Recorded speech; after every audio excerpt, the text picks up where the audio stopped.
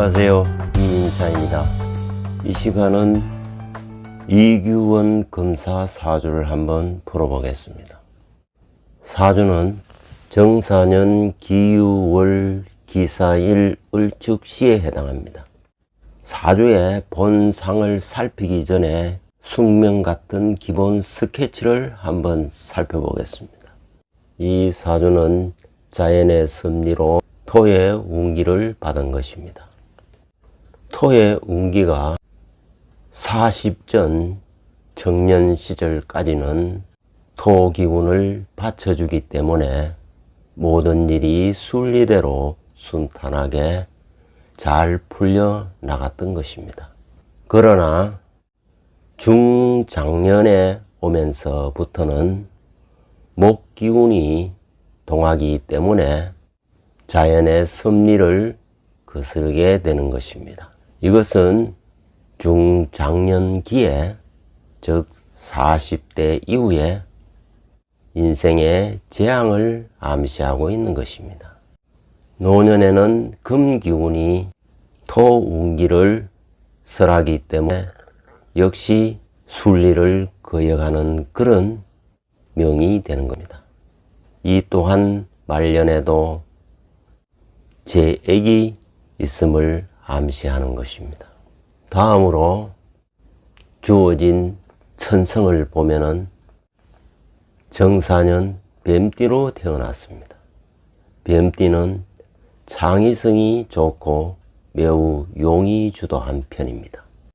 또한 심성이 매우 강직한 편이고 부업이 본업이 될 수도 있습니다.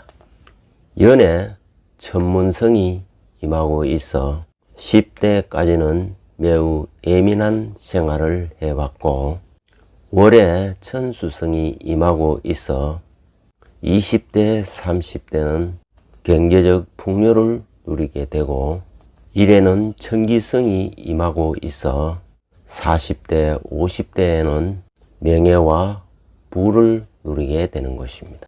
여기서 주목을 해야 하는 것은 운기를 거역하고 있기 때문에 비록 천기성에 임하고 있다 하더라도 불측 재난을 예고하고 있음을 의미하는 것입니다. 시에는 천액성이 임하고 있어 60대 이후에는 만사가 제대로 풀리지 않는다는 것을 암시하고 있는 것입니다. 기본적인 천성은 숙명과도 같은 것입니다. 그러나 사주의 본상에 따라서 운명이 바뀔 수도 있는 것입니다.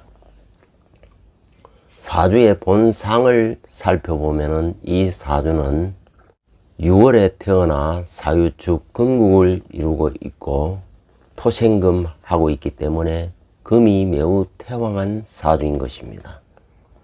금이 태왕하면은 목을 가장 필요로 하는 것입니다.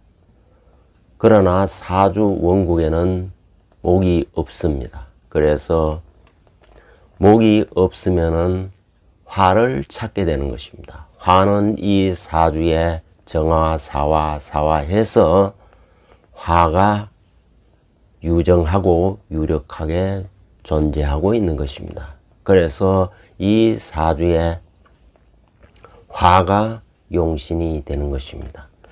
화가 용신이 되면 화와 동군 동법을 쓰는 조토는 겸용신이 되는 것입니다.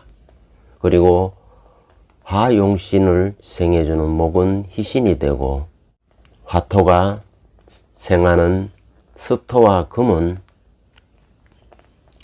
한신이 되는 것입니다.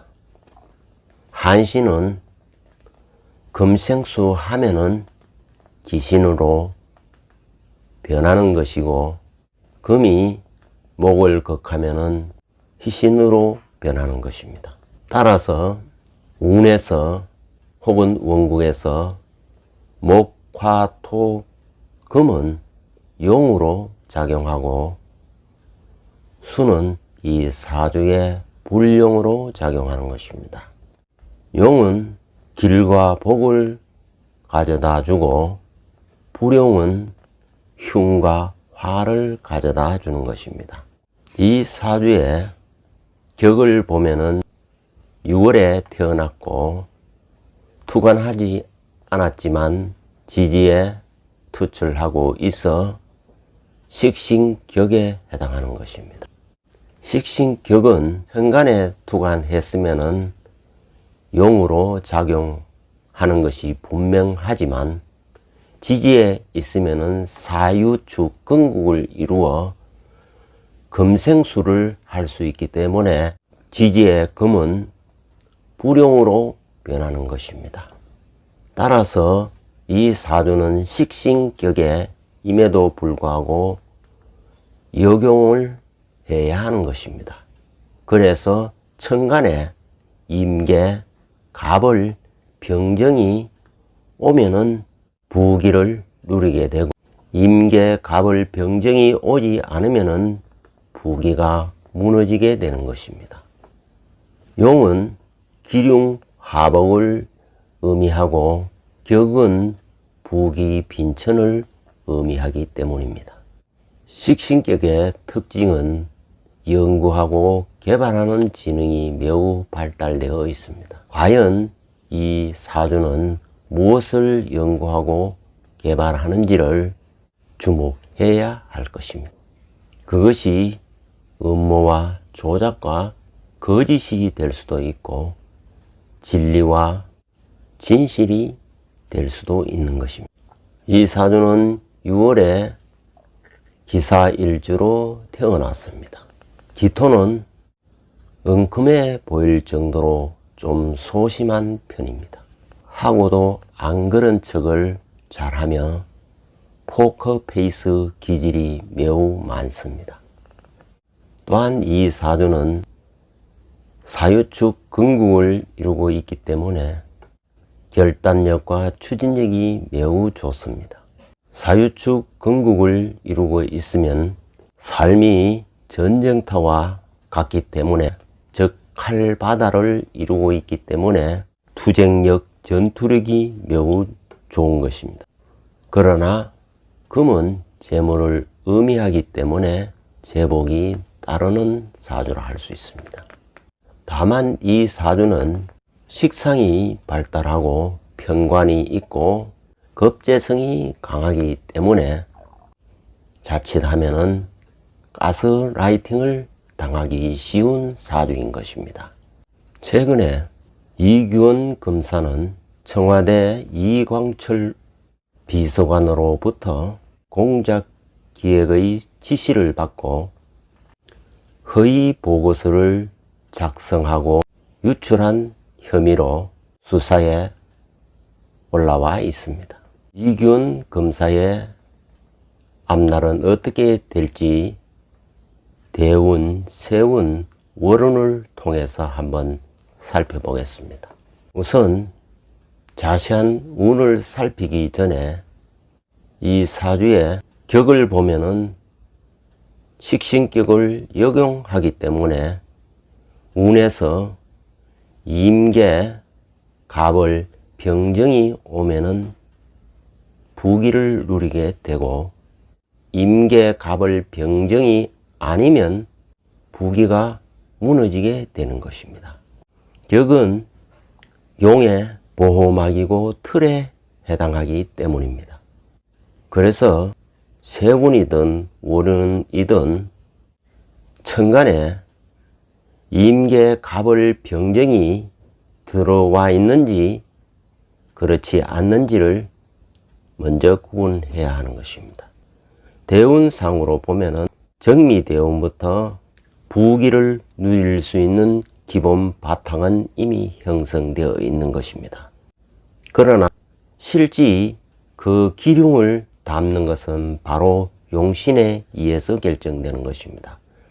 이 사주의 용신은 화토 겸 용신이기 때문에 정미, 병호, 을사, 특히 이 화운에 크게 발복하여 사법고시에 대해서 승승장구를 하였던 것입니다.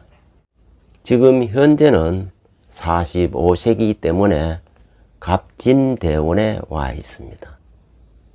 여기서 우리는 분명히 갑은 부귀를 보장하는 갑이지만은 이 갑은 원국에 있는 기토와 갑기합하여 다른 경쟁자에 의해서 빼앗기게 되는 것입니다.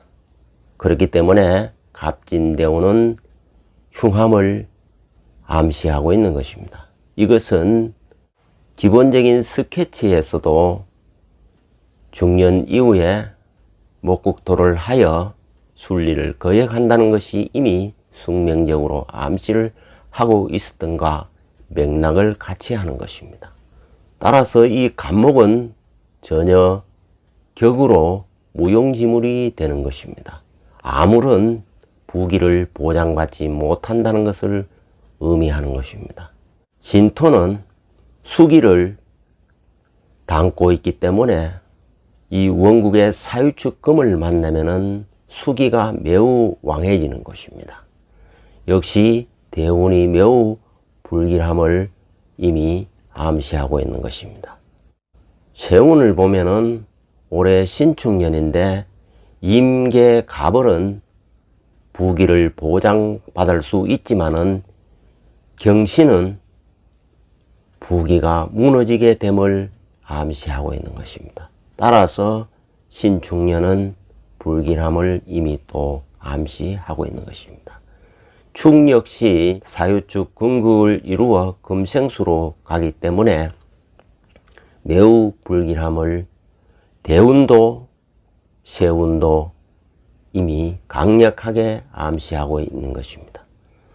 또한 월운을 보면은 격이 임계 갑을 병정까지는 격이 보장이 되는 것입니다. 그러나 무기 경신이 들어오면은 즉 10월, 11월, 12월, 1월에 들어오면은 격이 보장받지 못한다는 것입니다. 즉 부기가 무너짐을 암시하고 있는 것입니다. 따라서 이 사주는 대운도 흉하고 세운도 흉하기 때문에 월운에서 격이 무너지고 기신이 왕해지는 해자축월에 이 원국 숙명에서 이미 예고된 대로 순리를 거역하여 그에 따르는 벌을 받게 됨을 암시하고 있는 것입니다.